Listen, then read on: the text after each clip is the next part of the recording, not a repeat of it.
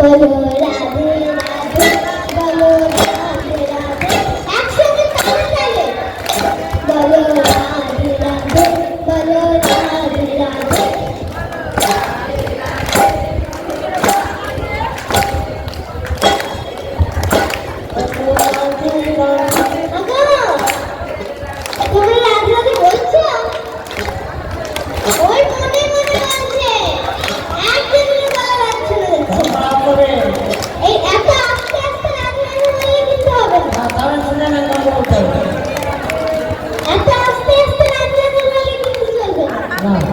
যখন এই বাড়ির সঙ্গে ওই বাড়ির ঝগড়া লাগে তখন যেমন মাথায় কাপড় বেঁধে আওয়াজ বের হয় সেই রকম আওয়াজ বের করতে হবে, একদম গলা ফাটিয়ে বলো রাধে রাধে, বলো রাধে রাধে, বলো রাধে রাধে, বলো রাধে রাধে,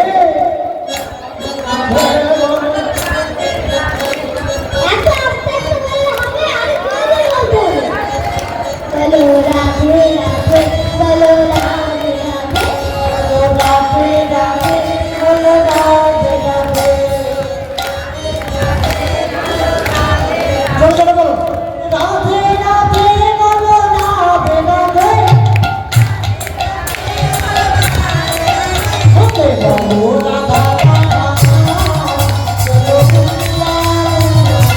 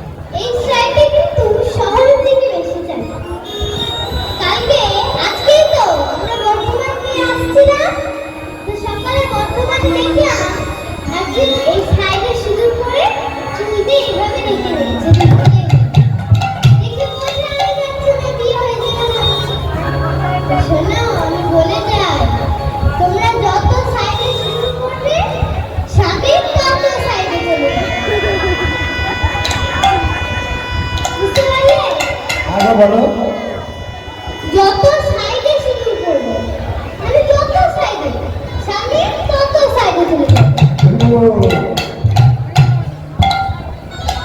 সেই জন্য সিঁদুরটা সিঁথির মধ্যখানেই পড়তে হবে। সিঁদুরটা কিন্তু সিঁথির মধ্যখানেই পড়তে হবে।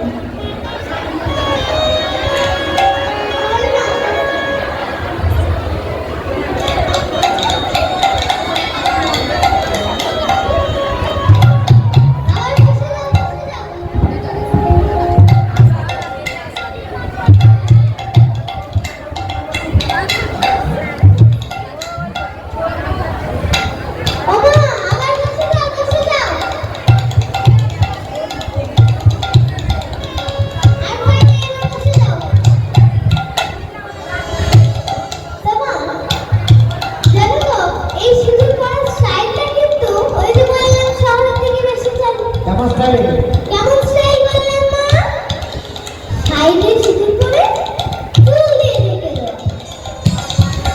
কিন্তু শোনো, ওই যত সাইডে সিঁদুর পরবে, স্বামী আস্তে আস্তে তত সাইড হয়ে যাবে।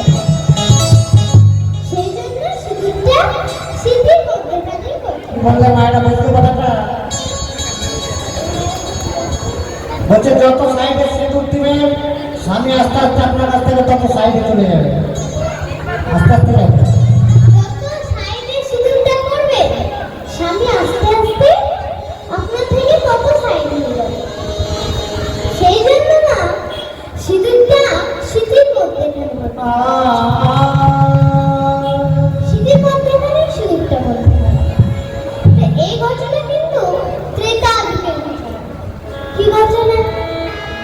না, ঘটনাটা হলো একবার মা সীতা স্নান করে এসে তার ঘরে বসে বসে সিঁথিতে সিঁদুর পড়ছে। তার ঘরে বসে বসে সিঁথিতে সিঁদুর পড়ছে। তো এইবার মা সীতাকে দেখে হনুমান মনে মনে চিন্তা করছে যে কি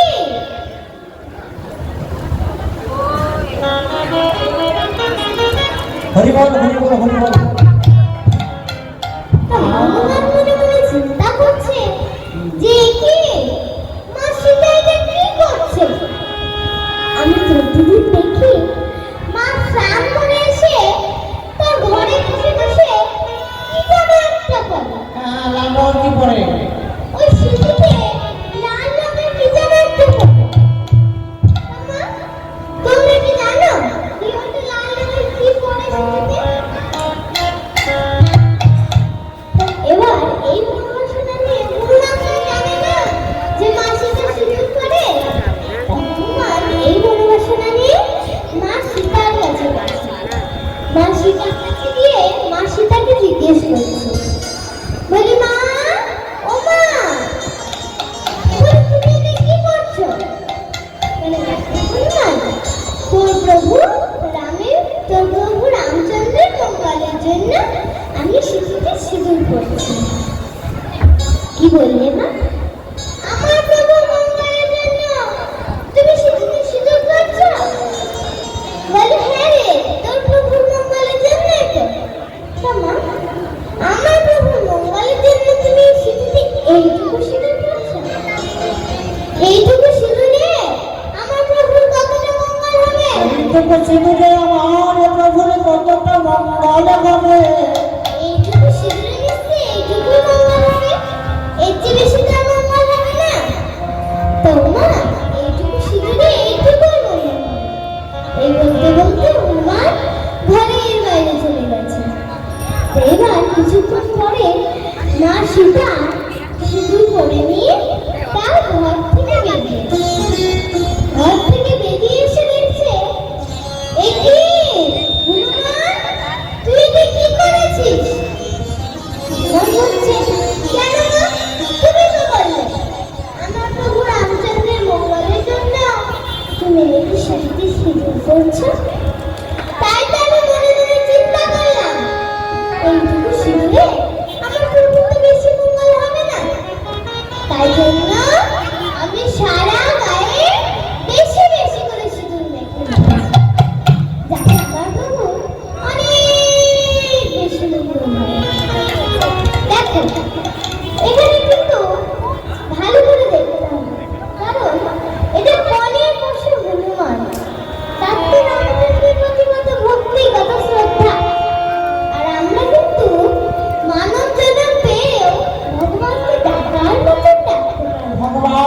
ডাকতে চাই করছে ডাকারের মতো ডাকতে পারি না গো। ডাকার মতো কিন্তু ডাকতে পারলাম না। আর পরের প্রশ্ন হনুমান, সে ভগবানের জন্য সিঁদুর পরেছে, আর এই জন্যই কিন্তু হনুমান ঠাকুরের মুখে সিঁদুর লাগে। তাহলে মা, আমরা মানব জন্ম পেয়েছি, এই মানব জন্ম বড় দুর্লভ জন্ম। তাই সকলে মিলে একসঙ্গে আমরা এই কৃষ্ণনাম হরিনাম করব। দেখবা আমরা ভগবানকে প্রণাম জানাবো। আমাকে জানাবেন ভগবানকে আমরা আর কিছু পাই না পারি, একটু প্রণাম জানাই নি। তাই সকলে মিলে একসঙ্গে জোর হাত করে কোন ওমা ডক্টর একসঙ্গে ওমা তো গল্প বলে হবে না, অত গল্প বললে হবে? গল্প কেন করছে মায়েরা তো বলো তো খুব মুশকিল তাই তো। অত গল্প বললে হবে?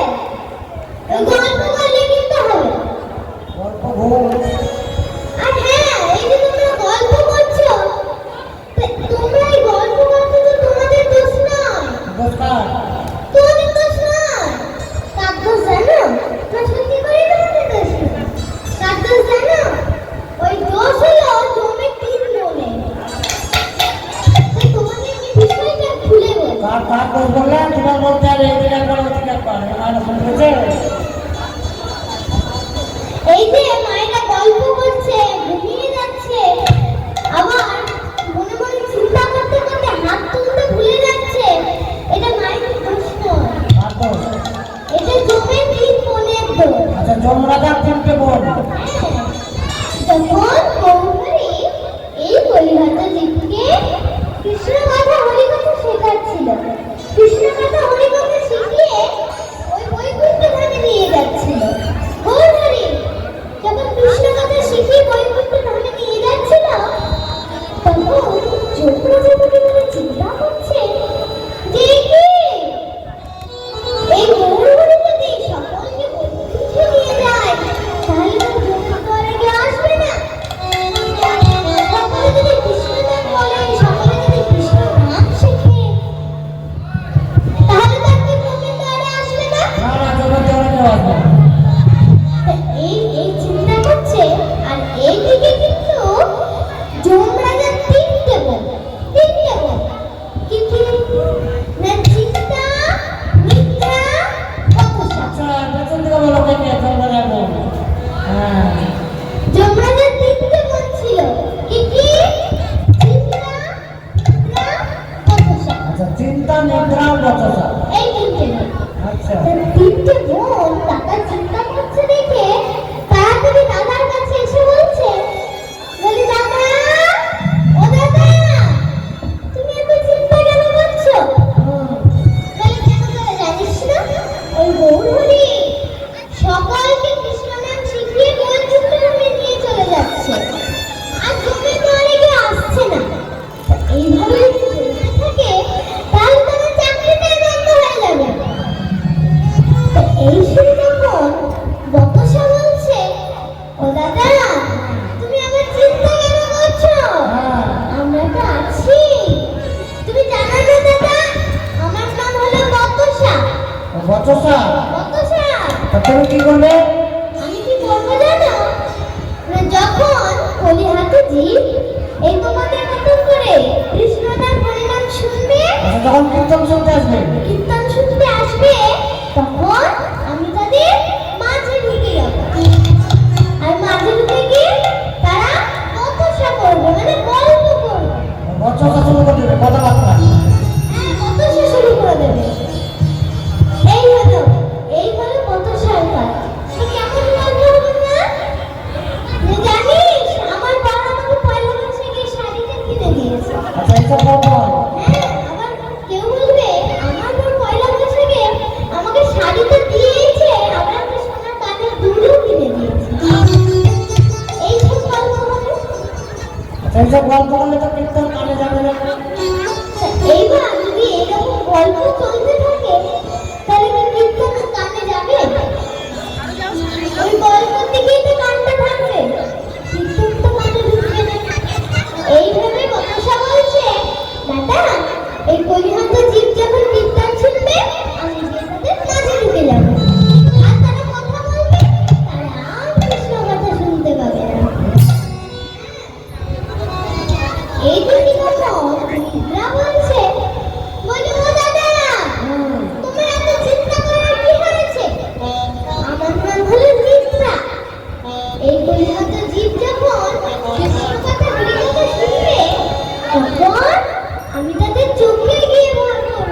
আচ্ছা চোখে বসে যাবে। চোখে বসে যাবে আর তখন তারা ঘুমিয়ে যাবে। কেমন করে ঘুমিয়ে যাবে?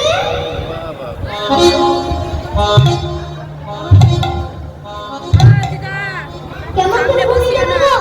হাঁ করে ঘুমিয়ে যাবে। কারণ ঘুমিয়ে গেলে তো মানুষ মারা যাচ্ছে। তার কানে না কিছু ঢুকবে, না সে কিছু বলতে পারবে। সে তো ঘুমিয়ে থাকবে। তাহলে তো কানে তালা পড়ে যাবে। আর মুখেও তো কিছু বলতে পারবে না কৃষ্ণ নাম। সেই জন্য দাদা এই গভীরত জীব যখন কৃষ্ণ নাম হরিনাম শুনবে, আমি গিয়ে তাদের চোখে ভর করবো। এই জন্য দেখি তোমার সঙ্গে ঘুমায়, দিনের বেলা তো ঘুমায়। এই জন্যই মা আমি দেখতে পাই যে সকাল বেলায় হোক আর দুপুর বেলায় হোক আর সন্ধ্যা বেলায় কি রাত্রি বেলায় হ্যাঁ বাড়িতে ঘুম আসে না। হরিবাসনে এলে ঘুম চলে আসে। যেমন ভক্ত হয় বলি দেখো হরিবাসনে এলে কিন্তু ঘুম চলে আসে, অথচ বাড়িতে ঘুম আসে না। এমন ব্যাপার কেন না? ওই যে যোগের মন, ওই যোগের মন নিদ্রার জন্য, নিদ্রা দিয়ে চোখে বসে যায় ওই জন্য। তা এইদিকে তখন চিন্তা এসে বলছে, ও দাদা হ্যাঁ তুমি এত ভাবছো কেন? হ্যাঁ আমি বেশি আরো বলবো না। আমি আরো ভাবি না, ওরা না হয় ঘুম পাড়িয়ে রাখবে, গল্প করাবে, কিন্তু আমি গিয়ে তাদের ব্রেনে চিন্তা ঢুকিয়ে দেবো। আচ্ছা বসে থাকবে কিন্তু মন থাকবে না এখানে। বসে থাকবে এখানে, মন থাকবে অন্য জায়গায়। এমন এমন চিন্তা ঢুকিয়ে দেবো। কেমন চিন্তা? না মনে মনে একবার চিন্তা করবে যে বাড়িতে তালাটা মেরেছি তো, না না না এই ছাগলগুলো ধরেছি তো, ছাগলগুলো মনে হয় উঠোনেই পড়ে আছে। আবার বাড়ি যাবে, আবার আসবে, এরকম করতে করতে কীর্তন শোনা হবে। তাই দাদা আমি এইরকম কাজ করবো। তাহলে দেখো এই জন্য কিন্তু এই কীর্তন গান শুনলে তারা আর কিছু করতে পারবে না। জমে কিন্তু ওই নিদ্রা ওই মায়ের উপর ভর করেছে, ঘুমিয়ে গেছে।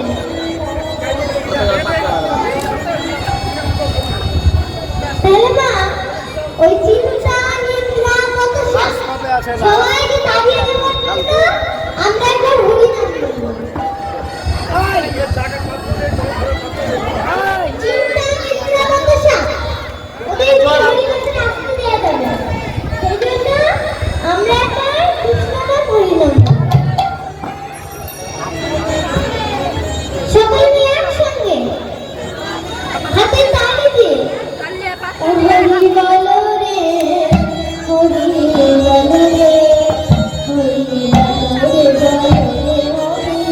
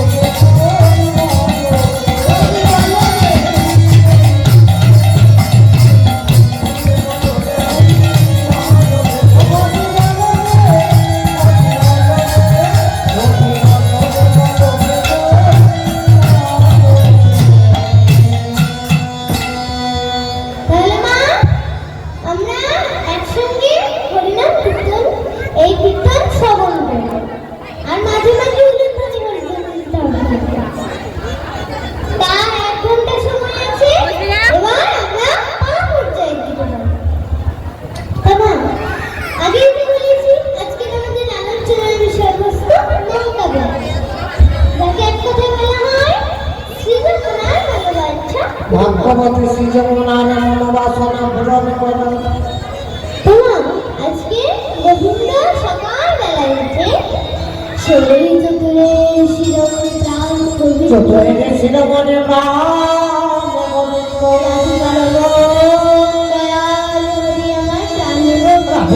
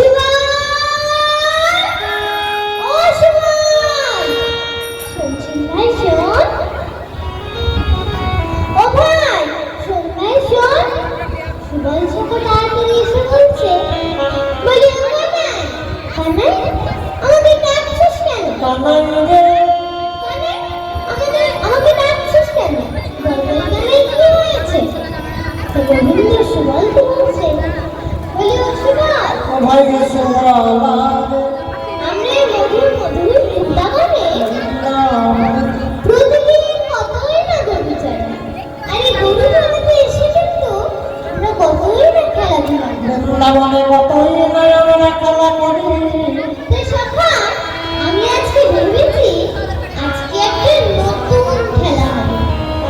কি বলছেন ভাই? নতুন খেলা? তাহলে তো ভারী মজা হবে রে। নতুন খেলা? কিন্তু সখা ওই নতুন খেলা খেলতে গেলে কিন্তু কিছু পণ রেখে খেলতে হবে। কিছু পণ রেখে খেললে আমরা খেলবো, নইলে কিন্তু খেলবো। ও পণ রেখে খেলতে হবে? বেশ বেশ বেশ, পণ রেখেই খেলবো। এবার সুবল গোবিন্দকে বলছে, বলি শোন না, তাহলে পণটা আজকে তুই রাখ। গোবিন্দ মনে মনে চিন্তা করছে যে কি এমন পণ রাখা যায় যে পণ রাখলে আমি ভক্তির চরণ ধুলি পাবো। তা গোবিন্দ ভেবে ভেবে পণও রাখছে। কি পণ? না খেলাতে হারিয়ে যে ওরে কাঁধে করে রাখে